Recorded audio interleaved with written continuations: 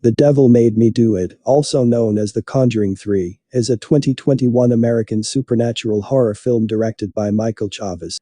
Film starts in the town of Brookfield, Connecticut. Ed and Lorraine Warren are called to the home of 8-year-old David Glatzel, who is under the possession of a demonic entity. Joining them are David's parents Carl and Judy, sister Debbie, and Debbie's boyfriend Aaron Johnson. The home appears to have already been ransacked by a demonic attack, with a chandelier broken and claw marks scratched across the walls. The group takes a break, and Aaron brings David to his room to get some sleep, just as a priest, Father Gordon, arrives. Later, David hears a pounding noise in his room, causing him to scream. When everyone runs to check on him, David emerges from the shadows and stabs Carl in the leg. Ed grabs David and gets Lorraine and Father Gordon to start with an exorcism. The demon causes more damage to the house and causes David's body to contort unnaturally. While trying to keep things under control, Lorraine sees flashes of demonic and cult-like visions. The demon uses David's body to attack Ed in his heart. Aaron grabs David and talks to him, telling the demon to take him instead, which Ed witnesses. The chaos stops, and David appears to be cured. Lorraine rushes to Ed's side as he loses consciousness. The Glatzels and Aaron join Lorraine at the hospital, where the doctor tells Lorraine that Ed is in a coma and will need to have more tests done before a final diagnosis can be given. The next morning, Aaron wakes up to see Debbie and tells her that he thinks they should move out of Brookfield, despite not having a lot of money to their names. While alone in the house, Aaron thinks he sees something moving a cereal box, but it was just a rat inside. He then notices a rotted hole in the wall, just before what looks like an apparition of an old woman grabbing him and snarling in his face. At the hospital, Lorraine is visited by Father Gordon while she continues to watch over Ed. She tells Father Gordon of how they met in their youth and how Ed took her to a gazebo where they shared their first kiss.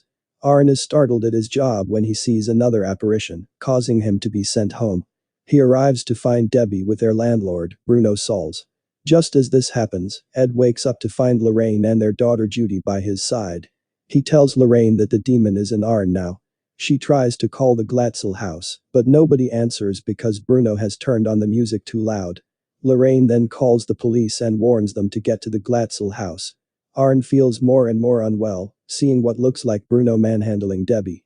Aaron sees Debbie appearing to run and he goes after her, then sees Bruno as some kind of monstrous entity. Later, Aaron walks down the road when an officer finds him covered in blood. It is reported that Aaron stabbed Bruno to death 22 times. Ed and Lorraine talk to Aaron and Debbie while he is in interrogation, and Debbie defends Aaron by saying that whatever happened to Bruno could not have been Aaron's doing. The Warrens talk to Aaron's lawyer about trying to get Aaron out of receiving a death sentence by trying to prove that he was influenced by demonic possession to carry out the murder. Aaron goes to court and presents the demonic possession claim, leading to him being placed in a psych ward. Ed and Lorraine go over their recordings on David's possessions. Based on family statements, the trouble began 5 months earlier when the Glatzels first moved into their house. David went to check out the waterbed and played on it until the demon broke through the mattress and tried to grab David. When talking to Debbie, they find that there is a rug where the bed used to be, followed by rotting wood previously thought to be the result of water damage. Lorraine goes under the house into the cellar and discovers a witch's totem. The Warrens believe that this is the work of a cult. They enlist the aid of Drew in their investigation. At Father Gordon's suggestion, the Warrens visit a former priest named Kastner, who brought down a cult called the Disciples of the Ram. They show Kastner the picture of the totem, which he knows is the work of a Satanist. He leads them down to his basement, where he has lots of mementos from the Ram cult. He claims that the prosecutor on their case suffered after finding them guilty when his baby was born premature with his heart outside his body, and his wife committed suicide months later. At the psych ward, Aaron is mopping the floor when it appears that a nearby patient is possessed and sings "Call Me to Him" that was playing when he killed Bruno, before eventually being knocked down by the entity and having to be sedated by the orderlies. Drew calls the Warrens and tells them to head to Danvers, Massachusetts, to talk to Sergeant Clay. He tells them about the disappearance of teenage best friends Jessica Strong and Katie Lincoln.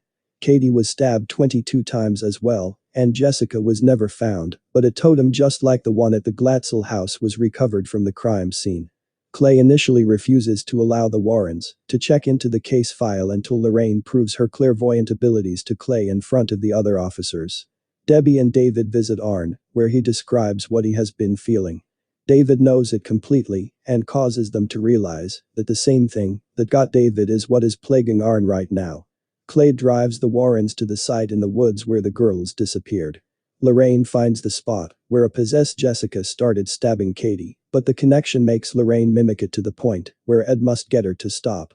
Lorraine follows her vision, where she chases Katie to the edge of a cliff. A demon hand pulls Lorraine down, but Ed catches her and pulls her up.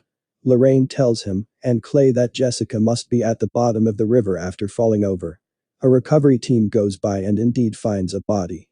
Debbie calls the Warrens and tells them that the demon is trying to make Arn kill himself. As Ed tells her to alert the staff to put Arn on suicide watch, an eerie screeching noise is heard over the phone. Meanwhile, Arn is given a vial of holy water by someone in the prison, and when he starts seeing visions, he pours a circle around himself. Ed and Lorraine break into the funeral home to find Jessica's corpse.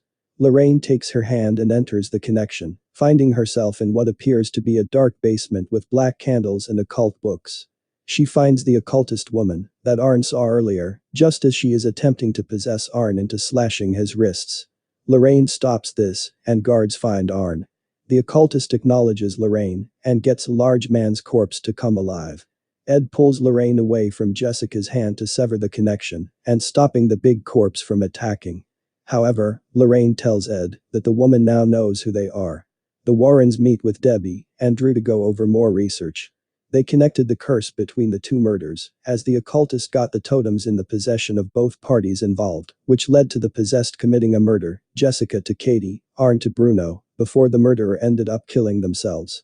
To break the curse, one must destroy the altar upon which it was placed, and Lorraine knows that the occultist must finish the curse, for the sake of her own soul. Just as Ed tries to find the connection between the victims, he passes out again. When he wakes up, the occultist projects herself to him and threatens him.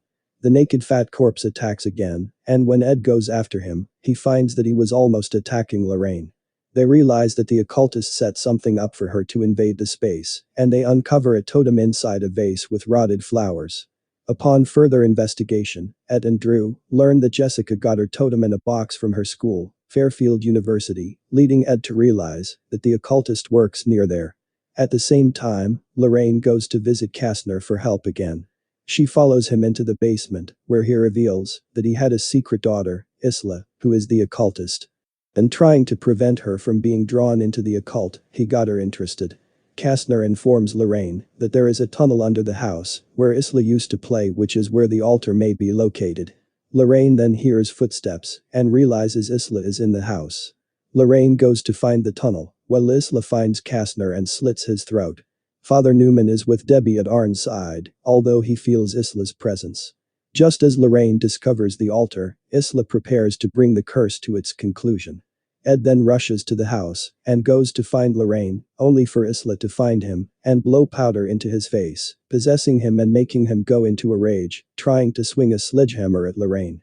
As this happens, Arn's possession gets out of control, causing the windows in the ward to break and release him from his restraints. He starts floating and grabs a glass shard to try and slash his throat, but Debbie holds his arm down. Lorraine gets through to Ed, reminding him of their love and saying that Isla thinks love is their weakness, but it is their strength. Ed breaks free of the possession and smashes the altar, freeing Arn from his possession. Isla attempts to finish the Warrens off herself, but it is too late for her, and her demon master comes to take her soul to hell, painfully contorting Isla's body until she is a mere shell. Ed brings the altar chalice down into the Warren Museum, of course with cameos from Annabelle and Valak.